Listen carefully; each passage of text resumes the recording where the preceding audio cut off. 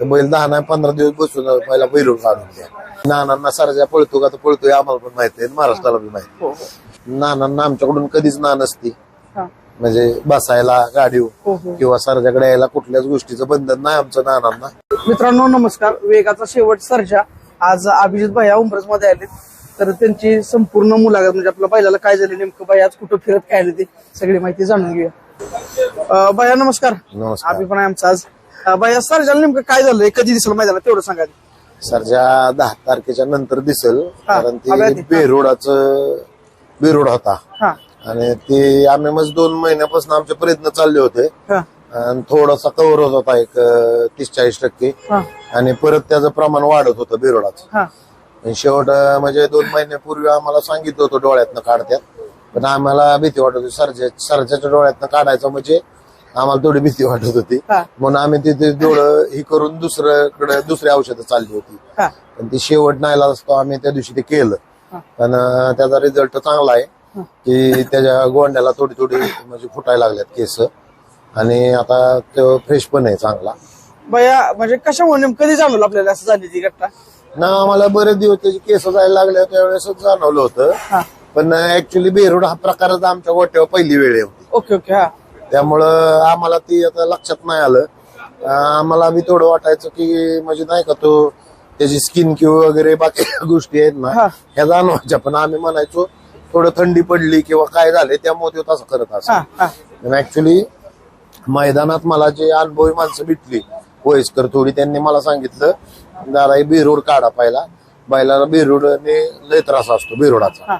म्हणून मी त्या दिवशी आम्ही पुरंदरच्या मैदानात आम्ही ठरवलं की आता 15 दिवस बसायला लागलं तर चालेल, काही करायचं पण बेरोड नीट आधी करा. आता बघतो की गाडीवर आपले नाना असते है ना, काय सांगाल त्यांच्याबद्दल? नानांचा काय स्वभाव चांगलाच अख्ख्या महाराष्ट्राला माहितीये आणि नानांना सरजा पळतो का तर पळतोय आम्हाला पण माहिती आहे, महाराष्ट्राला पण माहिती आहे.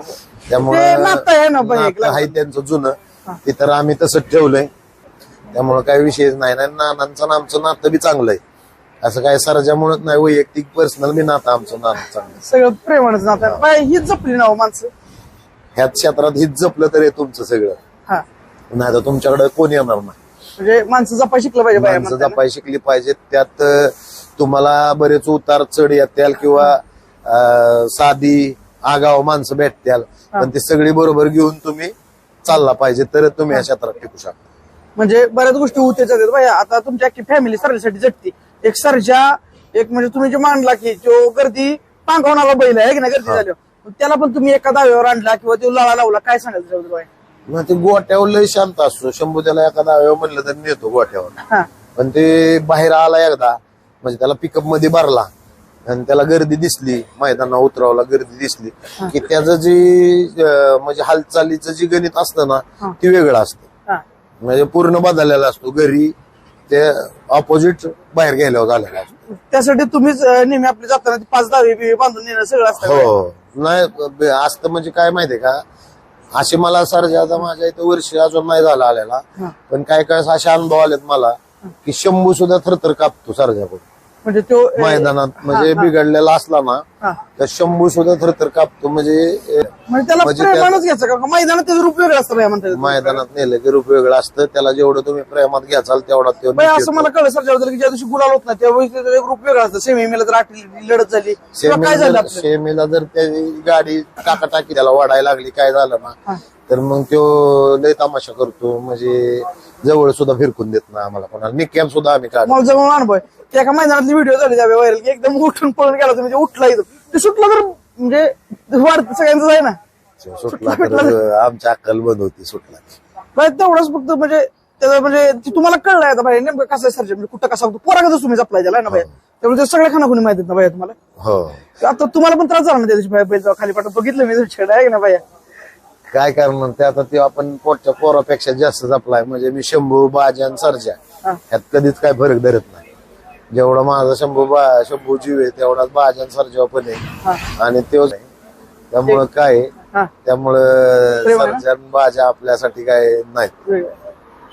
म्हणजे जेवढे बैलगाडा मालक आहेत त्यांना चालक आहेत त्यांना मी 100% सांगितलं तुमच्या बैलाला जर बिरोड झाला ना तर बैल 10 नाही 15 दिवस बसून पहिला बिरोड काढून द्या.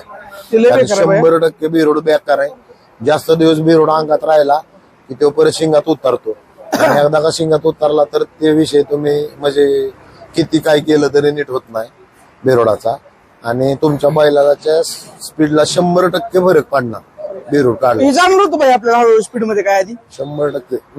त्याचं कसं होतं, तो ताकदीवर न्यायचा आहे ना, ताकदीव नेत होता तो. पण आम्हाला कुठंतरी वाटायचं असं तो म्हणजे आजपर्यंत आपण जेवढी बैल घातली कोणाला कमी नाही पडला तो. हा हो पण तो ताकदीवर तो त्याच्या नेत होता. पण ते आम्हाला त्याच्याकडून जाणवायचं, जी आरण होती ना त्याची हा ते जाणवायची. पण त्या पुरंदरच्या मैदानात आम्ही ठाम निर्णयच घेतला की किती दिवस बसून राहू द्या पण बैल पाडायचा आणि बिरोड काढायचाच. आणि ते काढलाच आम्ही त्या दिवशी. किती दिवसात आता गॅप दिलाय पहिला? आता जवळजवळ एक 15 दिवसाचं गॅप होईल पुरंदरचं मैदान झाल्यापासून. पुरंदरच्या मैदानानंतर ना. बाकी आता मोठे मोठे मैदान झालं, काय सांगाल कसं कसं आपलं नियोजन आता आहे चालू, म्हणजे चालतो असं चढ उतार राहते बैलगाडी क्षेत्रात आहे ना भाई? बैलगाडी क्षेत्रात चढ आपण हारला कधीच हे करत नाही. आपल्याला नाही काय फरक पडत हारू जितू. फक्त आमचं म्हणणं असतं लढत अशी असावी की हारलेल्याची चर्चा जास्त असावी आणि तो आपला सर्जा करतो हे मला माहिती आहे. लढत मोठीच असावी भाई, आहे की नाही? लढत सगळ्याच्या आयुष्यात लढत असावी आणि ते लढत अशी असावी की हारलेल्याची माणसांनी चर्चा करावी, जिंकलेल्याची नाही करावी. बैलगाडी क्षेत्राबद्दल काय सांगाल तुम्हाला? आज आमच्याकडे आला होता तुम्ही, आमच्या मेडिकल मध्ये आला की मेडिकल चापावाट्यावर आला, एवढी गर्दी बिर्दी, मग या प्रेमाबद्दल काय सांगाल? बैलगाडी क्षेत्रात मला प्रेम इतकं मिळलंय म्हणजे मी जिथं जातोय तिथं प्रेम मला मिळतंय. महाराष्ट्रातल्या जेवढ्या मी गावात गेलो कशात गेलो तिथं मला सगळीकडे प्रेम मिळलंय. बैलगाडी मालक असो चालक असो, बैलगाडी माझ्या सरजाव मथुर बकासूर सगळ्यांवर जे प्रेम करतात ते फॅन फॉलोअर्स त्यांचं प्रेम मिळतंय, त्याचा आनंद भरपूर आहे. आणि सौरभ दादा तुमच्यासारखे मित्र सुद्धा मिळतात मला या क्षेत्रात, त्याबद्दल सुद्धा मी तुमचा धन्यवाद आहे. तेच भाई, आता तुमच्यात सर्जा आल्यापासून काय फरक पडला नेमका बाबा?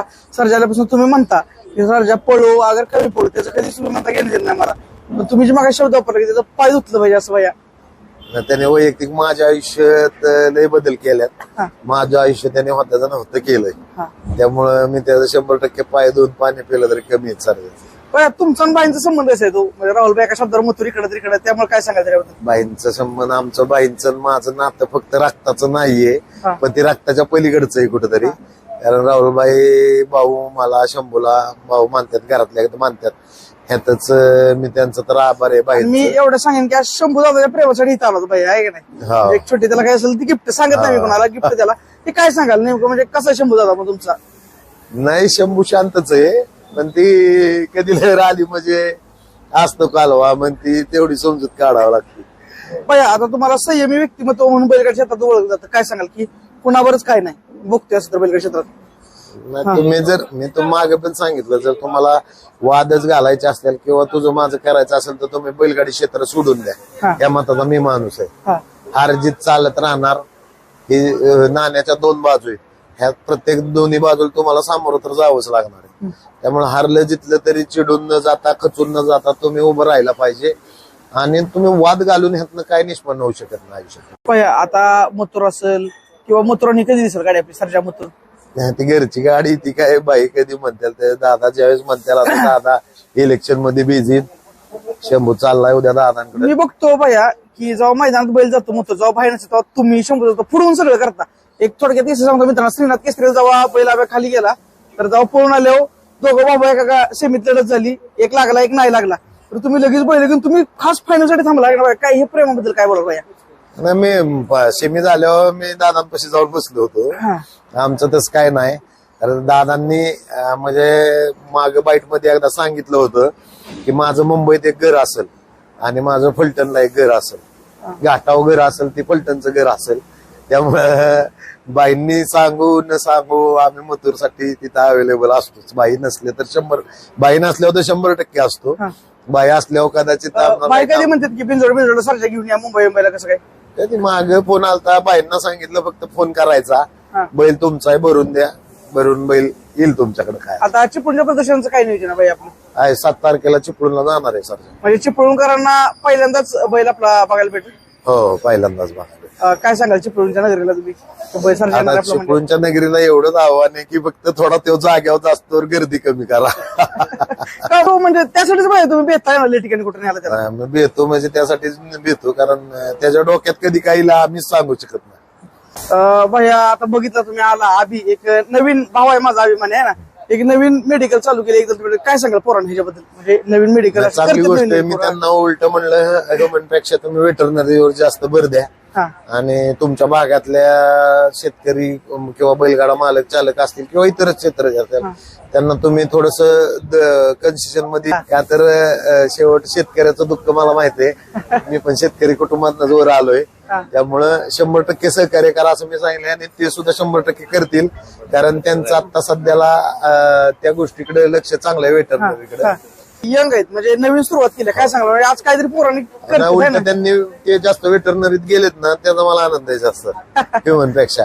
अभि काय बोलशील भैयांबद्दल जरा आज भेटले आपल्याला कसे वाटले भैया भेटून मस्त लय फॅन आहेत भैया दोन आम्ही काय सांगाल अभि भेटून मस्त वाटतं भैया ना. हा असं वाटतं ना की पहिल्यांदा भेटतोय हा माणूस पण गावात एकदम असं काय.